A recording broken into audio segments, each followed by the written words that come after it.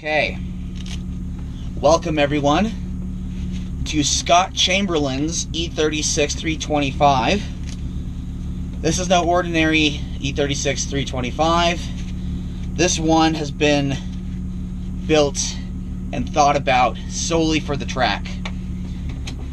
Everything's been stripped out for the most part. As you can see, we've got a roll cage.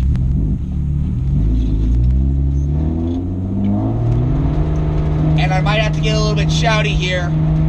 Yeah, this is quite an interesting car because everything's stripped out. The motor is stock. All the reliability mods have been thrown on. But the exhaust is straight pipe with a muffler on it. So it's quite loud. But it's also quite informational without being too raspy. So the power in here is around 200 or so at the crank. So it's not exactly fast. It's lightweight, but it's not fast. And this really is a momentum car for when you're not on throttle through a set of twisties and you want to get on it. It's going to take some work. You're going to have to build up speed again and again. Scott is having me wear these driving gloves because he doesn't want to wear out the Alcantara on the wheel, which I totally get. I'm totally all about that. We've also got a roll cage in here. We've got some GoPros ready for the track. And I've actually taken this car out on the track. I did 2 Wide Open Wednesday sessions at the very end of last year. It was my first time out there doing that. I've shot out at the track for a few years now and have never actually driven the track. And Scott, all of last year, was like, Gavin, I want to get you to drive on the track. And I was always kind of short on money and didn't really want to make that investment. But we finally got a chance to take the car out there. It was quite the eye-opening experience, really. It was the first time I was able to truly flog a car and not be concerned about if I was going to get pulled over for doing something illegal, getting arrested. You know, I could totally just pin a car and have no worries and no cares in the world. If a deer was going to jump out at me, if I was going to see a cop, if I was going to see another driver and have them get pissed. And actually did get to overtake somebody, so that wasn't a complete failure. So with this build, Scott has done brakes. He's done what I want to do with my next car. He's done wheels, brakes, tires, coilovers. He has Fortunato coilovers, which are pretty incredible. He has Firestone Firehawk Indy 500 tires on it, which are quite sticky. And you can even hear all the rocks getting picked up from the sticky tires hitting the wheel well. I'm in a full-on race seat. I don't know if you can see that. It's a Momo race seat with a 4-point harness. I'm in pretty tight, and I feel like I can take corners quite well in it, along with the coilovers and the good tires. And it's just a lot of fun.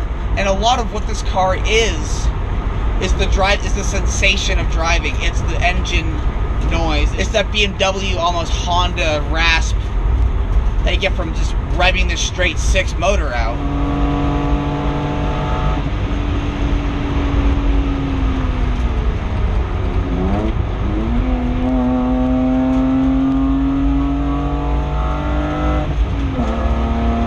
So the steering is light-ish. You have a lot of driving feel and the road sensations from the wheel, which is very good. On-center steering is a little numb for a couple degrees, and then you start to get it again. But this car corners very flat. I'm actually quite a fan of how little weight transfer there is, just blasting up a canyon road. Obviously, there's a bit more when you're actually flogging it on a racetrack than you are just having a leisurely drive, pushing it 6/10, 7/10 up a canyon road, rather than 8 or 9/10 at the racetrack. The clutch feel is very light, but you can still definitely feel where the engagement point and the grasping point is. The ability to rev match in this car is fantastic. The straight 6 motor is super light and responsive to throttle input. The pedals are spaced perfectly, and I feel super confident in my ability to rev match in this as opposed to a lot of other things.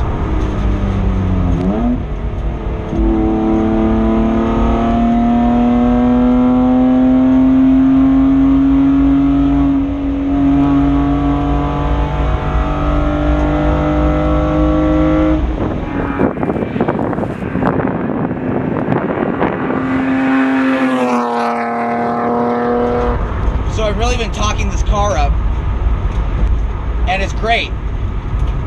But there are a couple things about it. I do wish it had about 40 more horsepower, if I'll be honest. I know I'm not a fast race car driver, and really the lap times come from wringing a car out to its potential, and you don't need more power, but at the same time, I wish it had about 250 or 240 at the wheels. So about 40 more, 50 more horsepower would be great.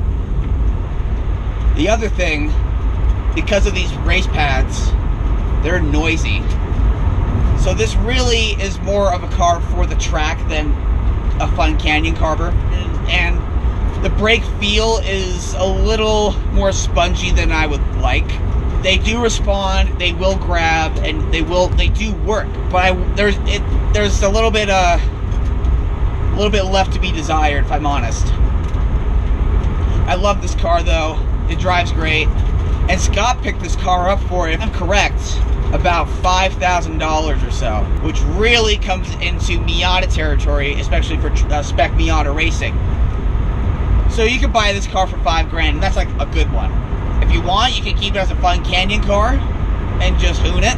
But, you know, keep the interior stock, but throw the same Fortunato coilovers and have good brakes and nice tires on.